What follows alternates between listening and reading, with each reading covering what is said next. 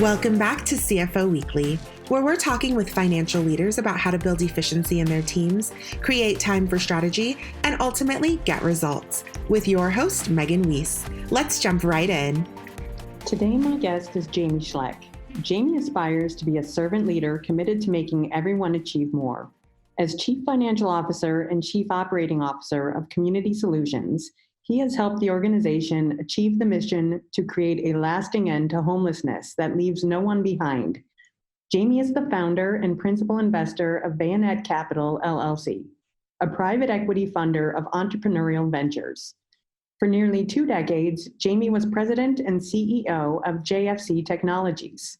At JFC, Jamie and his team played an instrumental role in the development of specialty materials used in military aerospace applications, including the F-35 Joint Strike Fighter.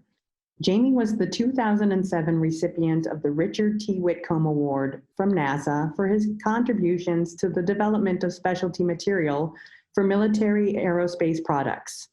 He successfully sold the business to become part of Sialoon Technologies, a publicly traded company on whose board he served for several more years.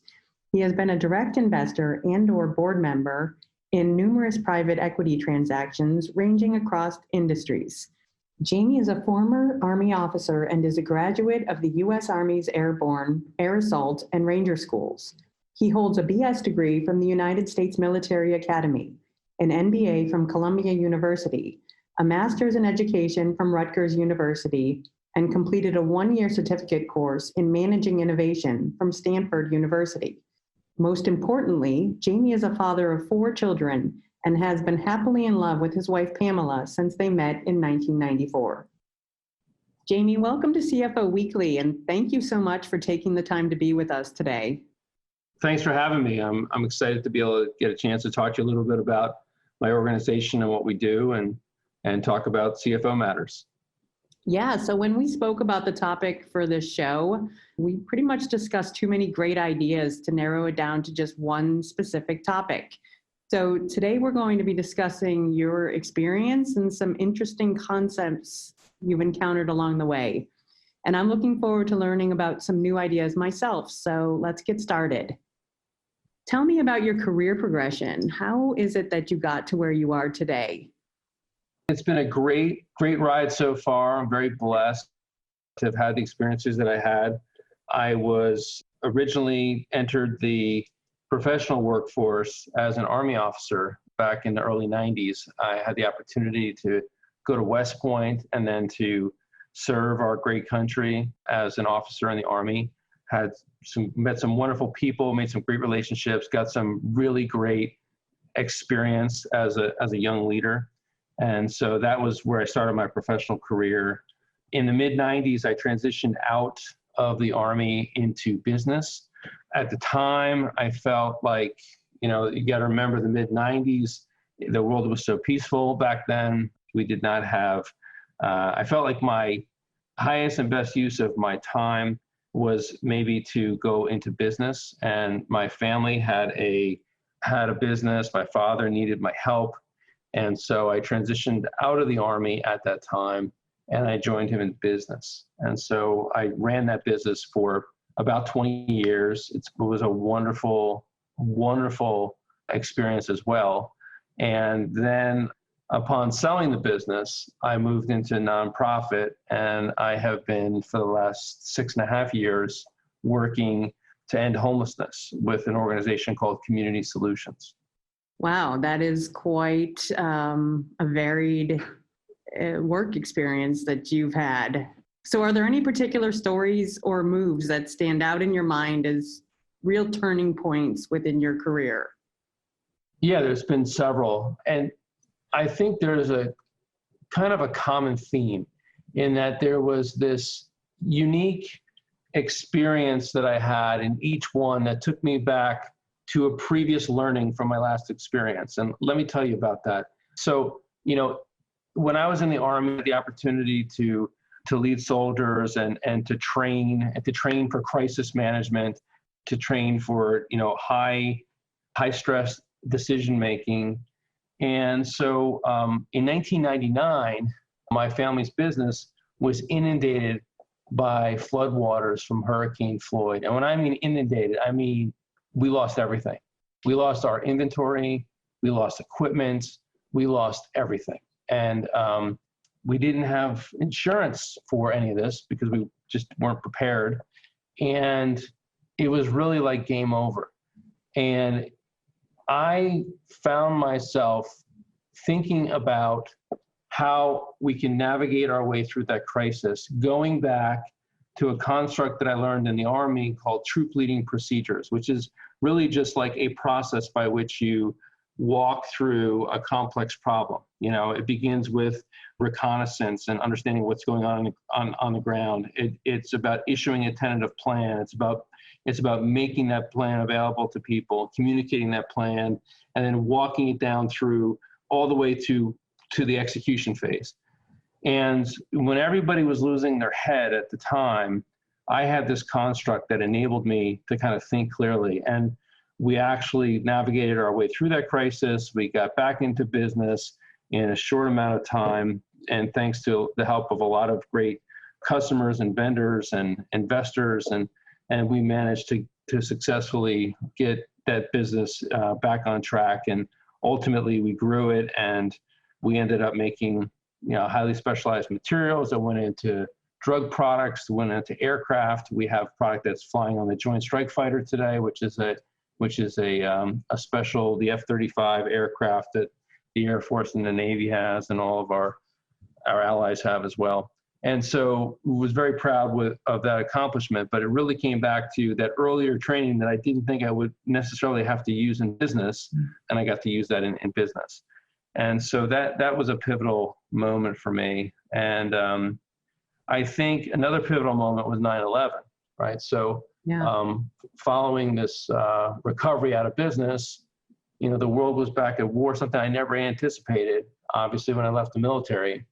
And I found myself with this deep sense of regret, not that I wanted to go to war, but knowing that our country had trained me to be a leader in those situations in that time, that I was now on the sideline as a civilian.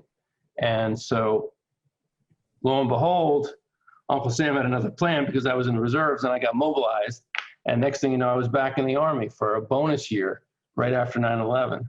And I think that experience helped to underscore what I already knew was very important to me, which was love of country and support for all the things that we hold dear. And I was still very immersed in business at the time as well. There was no exiting the business that I was involved with at that point. I was a CEO and I was running it. And there was just, I could manage to be away and deployed for a year, but I'd had to come back to it. And so I returned to civilian life. I returned to running that business, but also with the sense of purpose that I felt like I wanted to get back into service of our country somehow, some way. I was committed to growing the business and ultimately realizing a liquidity event. And I knew that when that happened, I would want to get back into service to the greater good at some point. And that's what brought me to Community Solutions. And there's another specific story about that, which I can talk about in a little bit. But that's kind of the trajectory of my career and how I moved from kind of phase to phase in my professional career. So as a CEO, just out of curiosity, how did you manage to step away from a business for a year? So when I was mobilized, number one, I had a fantastic team of people, right? So I had really good people that could execute. And I think, CEOs are responsible for long-range strategy, not necessarily day-to-day execution. So I had a team that was able to do the day-to-day.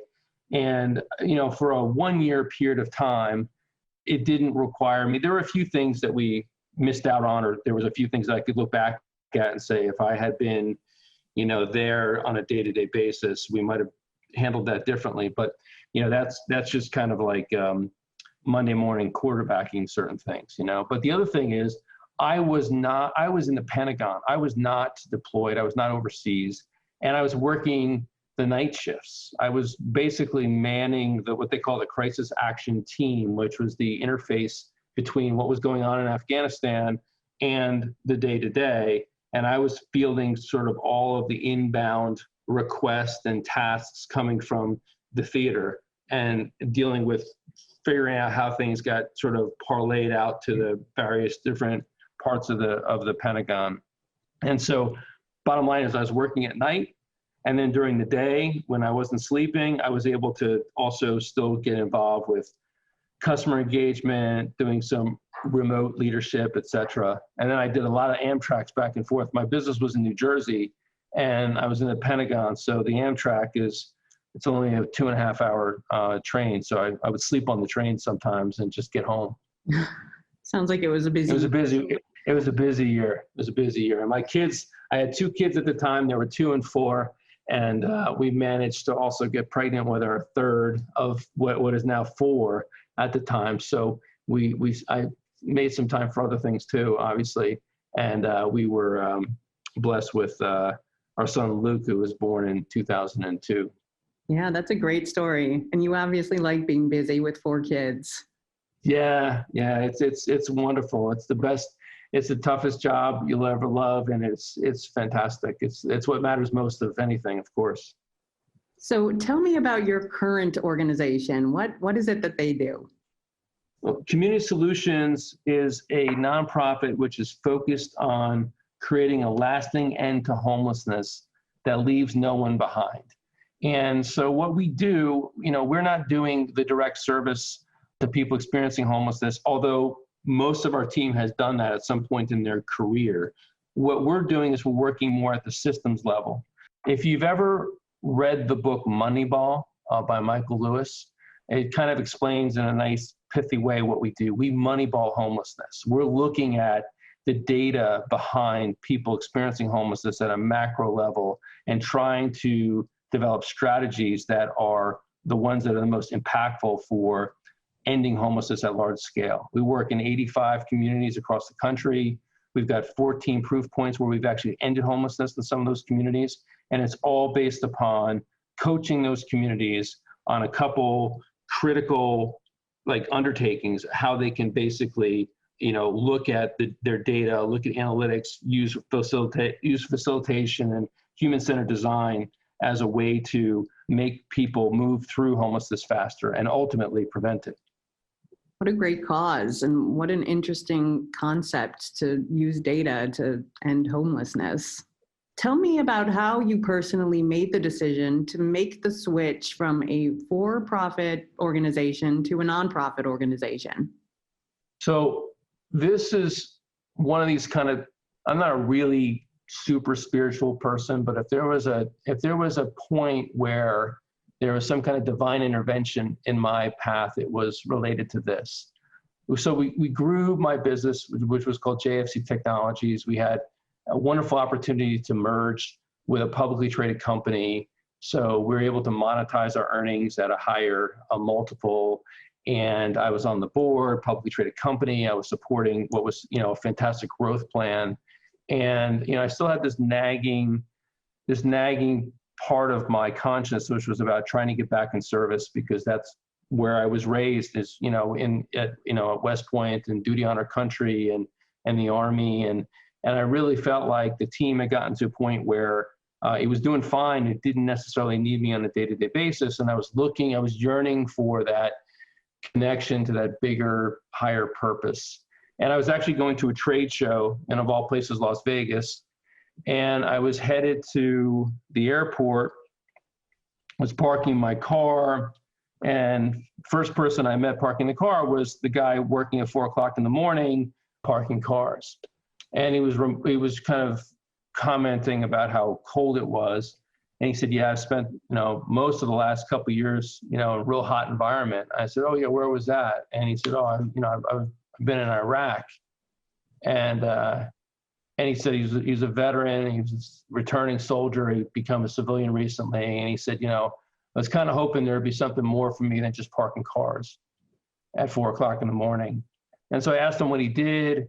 And I learned that he was an infantry squad leader, which means he had tremendous leadership capabilities. So long story short, I ended up hiring him into my former business. And he's now like a shift supervisor with a great job, doing great things. But I thought to myself, there are ways that I could connect to that community of veterans, people that I served as a servant leader, that would be meaningful to me. But then even more importantly, I went to Las Vegas. We're kind of going from place to place, and I see somebody experiencing homelessness in Vegas with a sign that said, veteran, please help. And he was disabled.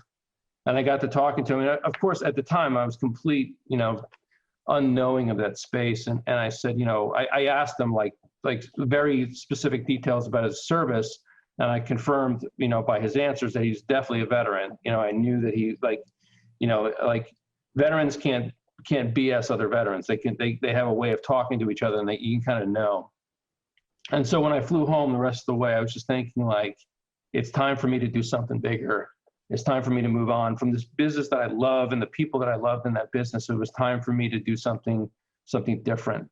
And that's then I just kind of did some research on the space, and I learned about the unique approach of community solutions, and became a donor, became an advisor, and then I was ultimately offered the position of being the COO and CFO, which I've been doing mostly now for the last 6.5 years. Recently, we hired in somebody to be the COO, and I am transitioning now to just being CFO and helping to kind of coach our COO to get up to speed. What a great story. It seems like you've really found a calling in life. I don't think many people can say that they have. Well, let me tell you, this is another, as I was saying before, sometimes I have realizations in my current role that takes me back to my previous role. And I have had just exactly one of those realizations. I mean, working with people experiencing homelessness takes you to communities oftentimes of concentrated poverty, which then you look at what are the driving causes of this epidemic. There's systemic racism, there's just lack of economic opportunity, there's all these things. And I began to look back and realize just how vitally important it is for all the people that are slugging it away in corporate America, taking risks, making money, paying taxes, employing people, that is actually the most important fundamental service we can give to our country. I lost that realization when I was, basically going to Vegas that one day, not realizing exactly how important that day-to-day also is. And so, for those who may be listening to me and thinking you can move on to, you have to find some higher calling. My point is you got to look a little deeper at what you're doing every day. There are people that work in your organizations. There are people that you're paying taxes, you're helping other businesses, you're being a great vendor or a great customer for somebody. And that really matters. That matters more than anything. If there's no for-profit, if there aren't people taking risks, making money, there's nothing else. There's no nonprofit, there's no military, there's no government. The most important patriots in this country are the people that are basically humping it every day, making things work. Yeah, that's so true, and an interesting way to look at things. But yeah, I agree. It's funny. It takes a new experience for me to look back and figure out the old experience. Just as I was, dealing with that flood, it made me realize how important my crisis management leadership training was in the military. And now, working in nonprofit makes me realize how important my for-profit work was. So I think it's important to make sure that we all are kind of, pulling in the same direction and realizing how important and vital the for-profit world is to the nonprofit world. Yeah, I guess that's become even more apparent in this last 9 months, or I guess 11 months now. Absolutely. So given your experience with running companies, what were the greatest strengths that you think you were able to bring to the table for a nonprofit? And conversely, what has working for a nonprofit taught you? So I think that one of the things that I brought to the nonprofit was my experience in for-profit and the ability to see what the other side was seeing, from the perspective of a donor or the perspective of a strategic partner and who was profit driven. And so I've been able to translate a little bit in terms of the incentives on one side of the aisle or the other. So that's one thing that I brought. Of course, I brought some business experience with banking and operations and leadership and HR management systems that were helpful to the nonprofit. I mean, our nonprofit has grown significantly. Our staff has tripled, and our annual budget has gone up by 5. So, it's been a great sort of growth trajectory, and I've been able to support that. And so that's been something that I brought to the nonprofit. But the thing that I wish that I had the nonprofit experience before I went to for-profit, because the nonprofit, I think the best nonprofits like Community Solutions, we're very focused on our impact, and we're very focused on, not necessarily doing things, basically it's not just about just like providing services or trying to alleviate suffering. We're trying to actually end homelessness. So we're trying to make sure that everything that we do is toward an end goal of eradicating homelessness. And it's a different mindset. It isn't just about being good enough. Sometimes there are things that we're doing has unintended consequences of just perpetuating a problem. And we're looking at Community Solutions looks at more of the interaction, the connective tissue between one activity and impact. And so, I learned about this discipline about theory of change and a driver diagram, which was new to me, moving into from the for-profit world to the nonprofit world. I wish that I had had that experience in the for-profit world, because I think I would have done a few things differently. And, the idea of human-centered design, which is to design a system around the individual, is something that has been monumentally important in our work at Community Solutions. It's also obviously important for for-profit businesses, like the high customer interaction businesses are really hip to human-centered design.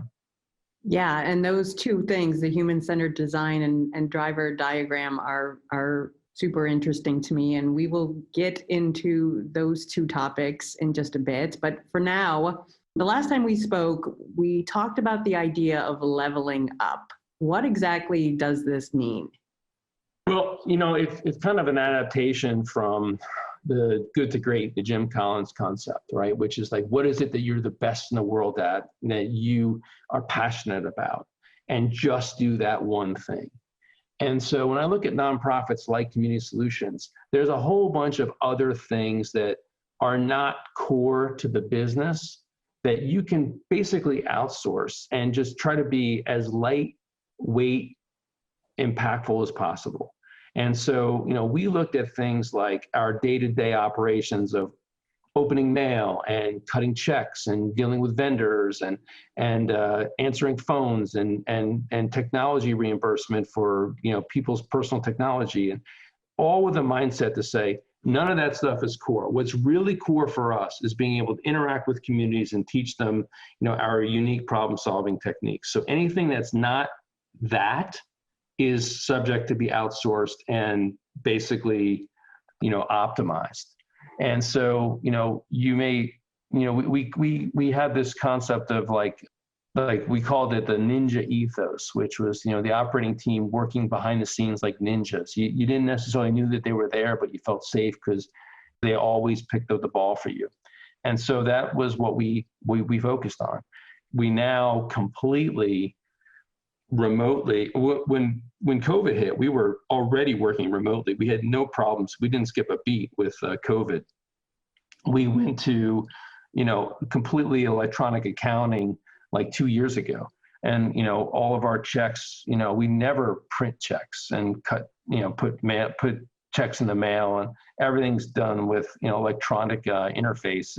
And we're utilizing all those types of best practices. Our accounting is mostly outsourced. I'm a CFO kind of in name only. My experience is more about managerial accounting.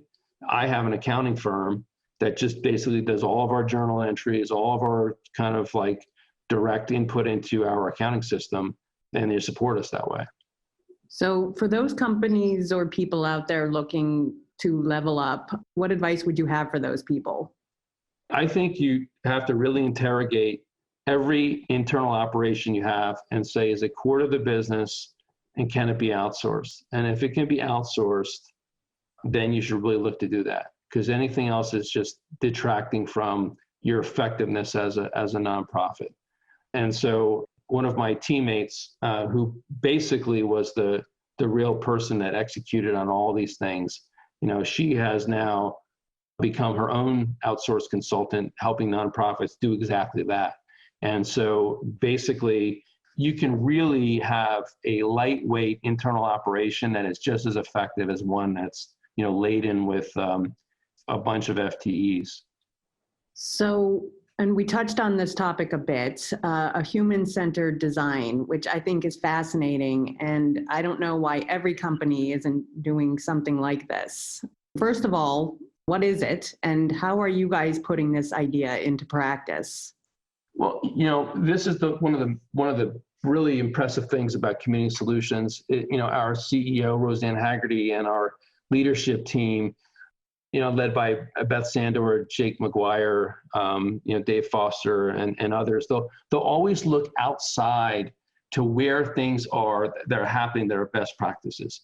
Human-centered design is, the best example of it might be like Disney World, right? So they're looking at what is the experience of somebody going to Disney World, and how do we make that experience extraordinary? How do we make sure that everything around that experience is something that is like that legends are made of? And then how do you build the systems around that? And so we took that same concept, or Community Solutions took that same concept and said, what about somebody experiencing homelessness? When you show up and you are basically, at your wit's end, is it going to be helpful if you have to fill out 16 different forms with all of it 90% the same information?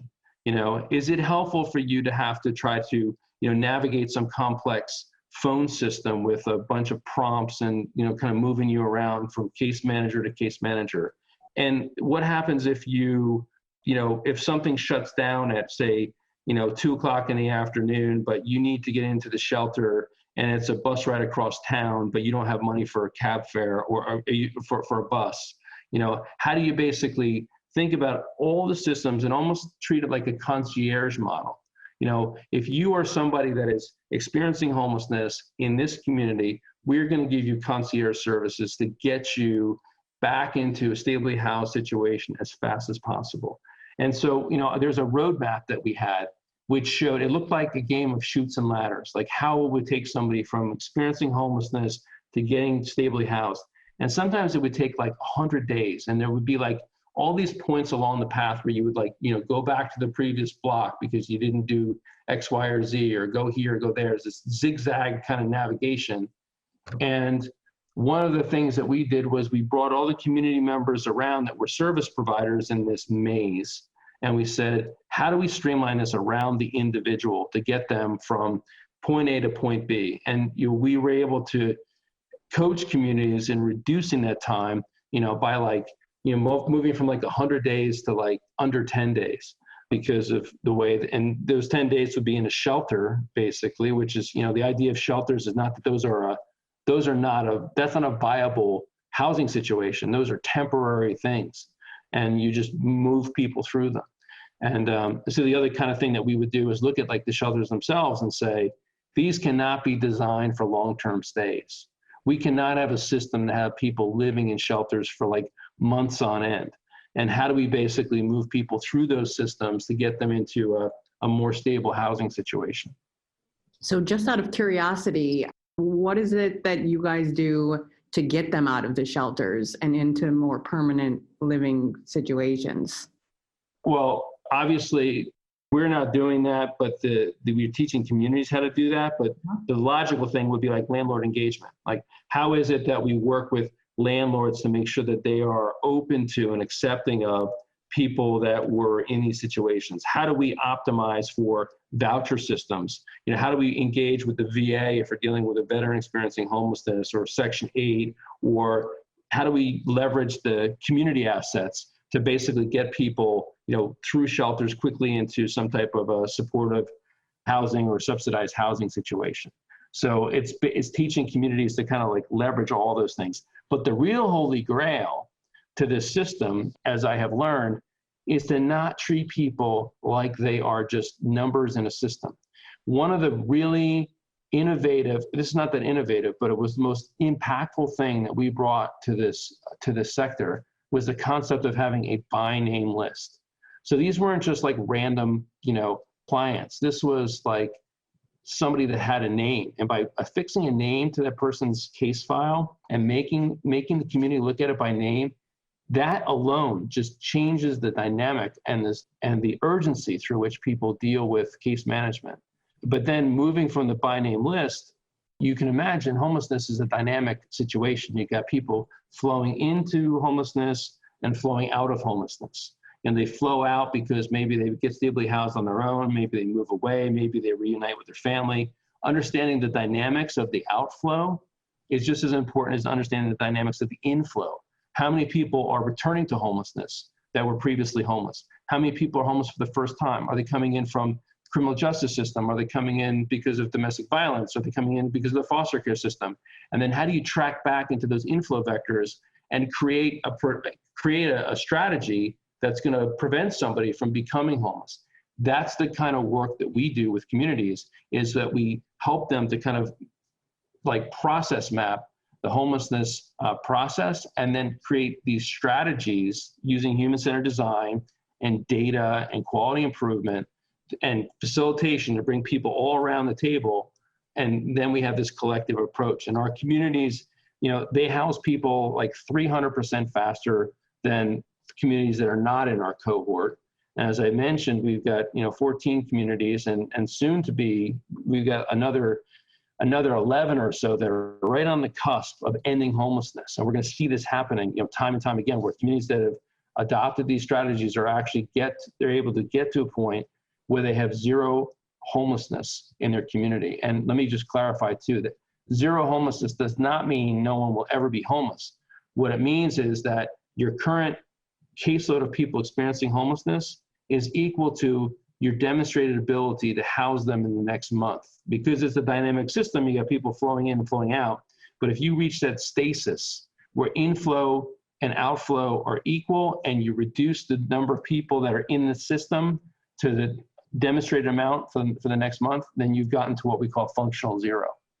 Yeah, that's amazing, because I know homelessness seems like such a huge mountain to conquer. It's been done.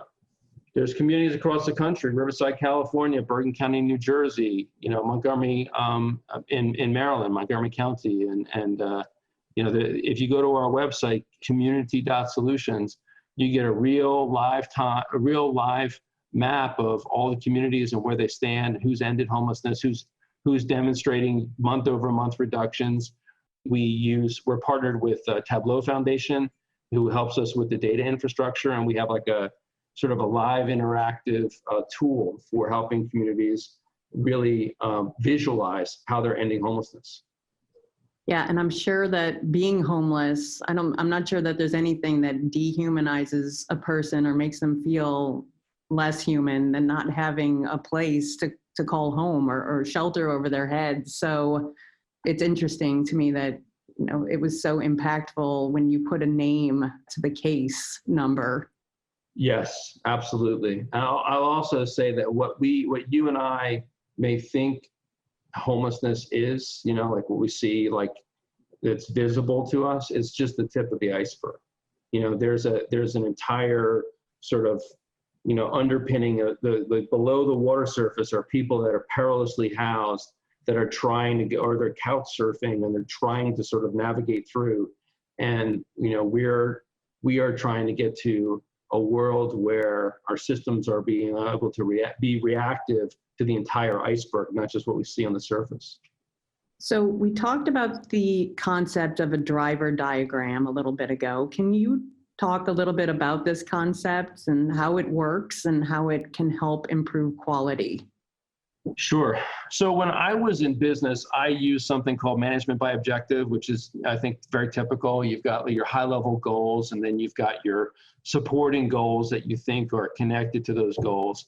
And so you basically, manage your team. They have projects and they have programs that support these management by objectives. So a driver diagram is essentially management by objectives, but it really interrogates the relationship more of those supporting objectives. So an example from business might be like, I want to improve my profitability, right? And so people might think, well, if I the way to improve my profitability is I've got to get more sales. And how do I get more sales? I've got to get more shots on goal with customers. I got to improve my advertising spend. I got to do X, Y, and Z, yada, yada, yada, right? So without really looking at the relationship between those specific subordinate objectives, we just go to work and we execute. A driver diagram looks more at which of those things moves the needle more. And how is it that, you may not want to improve advertising spend. It might be that you want to just raise price, or it might be that you want to just have a different set of product offerings to your customers. And so it's going to more closely interrogate those types of relationships. And so one of the things that I wish I had had the knowledge of in for-profit business was this idea of a driver diagram and how to break things down, complex problems into, relationships like that, secondary drivers and measurements. Yeah, I mean, that's a new concept to me too. And I looked it up a little bit and enjoyed learning about it. But yeah, it seems like it can be a super helpful tool for improving overall quality and profit and anything else that needs improving. Mm-hmm. Absolutely. Yep. That's absolutely right. And, big credit to Community Solutions and being thoughtful about how do you pull from other sectors. Years ago, we looked at the healthcare sector, and we looked at something called the 100,000 Lives campaign, which was pioneered by the Institute for Healthcare Improvement. And they were looking at the incredible cost to the healthcare system of people who die due to mistakes made in the healthcare system. And how can they actually improve the reduction of those mistakes? And they created this, basically, it was a driver diagram that broke things out to how do we improve healthcare system.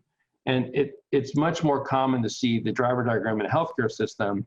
But what our team did was we said, that is an idea that we now want to port over into the homelessness sector, which is, in the past, been dealing with each of these little communities is like their own vacuum. There's no necessarily, they're not cross-pollinating best practices. And you think about homelessness, it's a national epidemic, but it's always dealt with at the local level. So you don't necessarily have a process by which somebody from Charlotte can share best practices with someone from Denver, even though those two communities might be very similar in terms of the size and the housing situation. And so we become that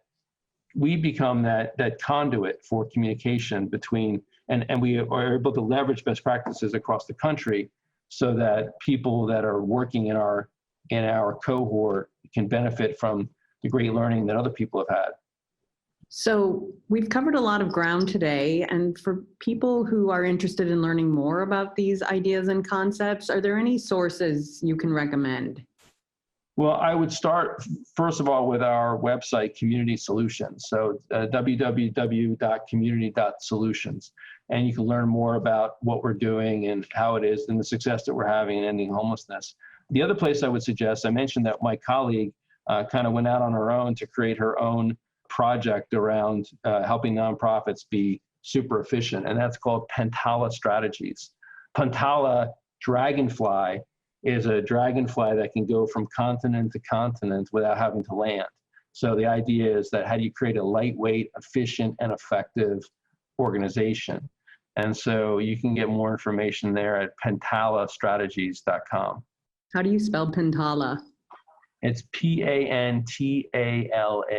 Pentala Strategies. Okay, thank you. And so that's like the dragonfly. So Jamie, thank you so much for joining me today. I've loved hearing about your experience and the great things that Community Solutions is doing. It sounds like you guys are really making the world a better place. Thank you. It's an honor to be here and an honor to have the opportunity to talk about the great work of Community Solutions. Thank you. So to all of our listeners, I hope you'll tune in next week. And until then, take care of yourselves. If you're ready to boost efficiency and streamline your accounting processes at significant cost savings, it's time to talk with Personiv. Their people-powered solutions have transformed the delivery of back-office tasks and general accounting functions for decades, partnering with clients to provide everything from accounts payable to payroll services. See what Personiv can do for you by visiting personiv.com. You've been listening to CFO Weekly, presented by Personiv. Please subscribe wherever you get your podcasts to hear all of our episodes. Want to learn more? Check out personiv.com. Thanks for listening.